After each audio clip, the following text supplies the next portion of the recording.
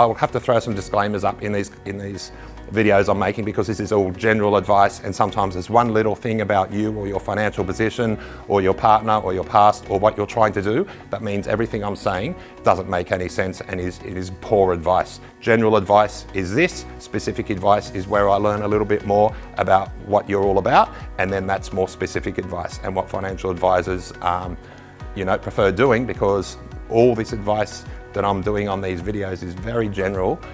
Guys, any assets in superannuation that produce an income will be taxed at a much more favourable rate than if you hold these assets outside of super. Super is one of the big tax havens and not enough people take advantage of it.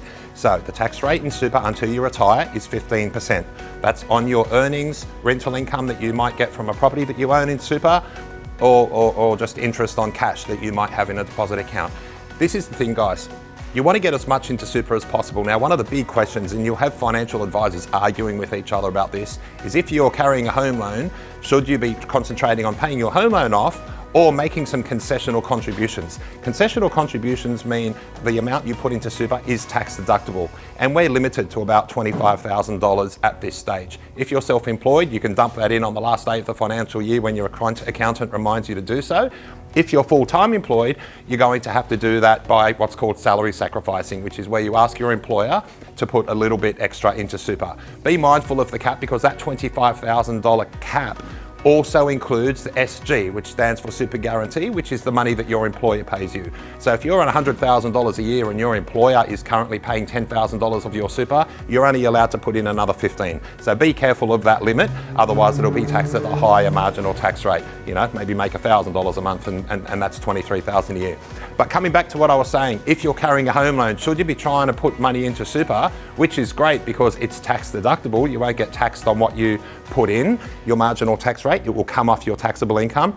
Yes, there's a tax as you put it into super, it's 15%. So when you put if you put $10,000 in super, it will automatically be taxed at 15%. The argument as of whether you should pay off your home loan or put money into super is a tough one. Because your home loan, of course, is serviced with your after-tax dollars. You pay a huge amount of tax and then pay your home loan. I think it makes sense to do both. Now that interest rates are so low, even a home loan might cost you not so much in interest. Really interestingly, once you approach retirement age, so I've got a couple clients who are in their 60s, they've probably got another 7 or 8 years working left, and they do have a sizable home loan. And when I sat down with them and explained to them that their strategy to pay off their home loan in the next 8 years is probably not trying to pay it off in 8 installments over 8 years, but taking advantage of self-managed superannuation, getting as much concessionally into super as possible, and then in the 8th year, clear the home loan with everything you've built up in super in a much smarter tax way.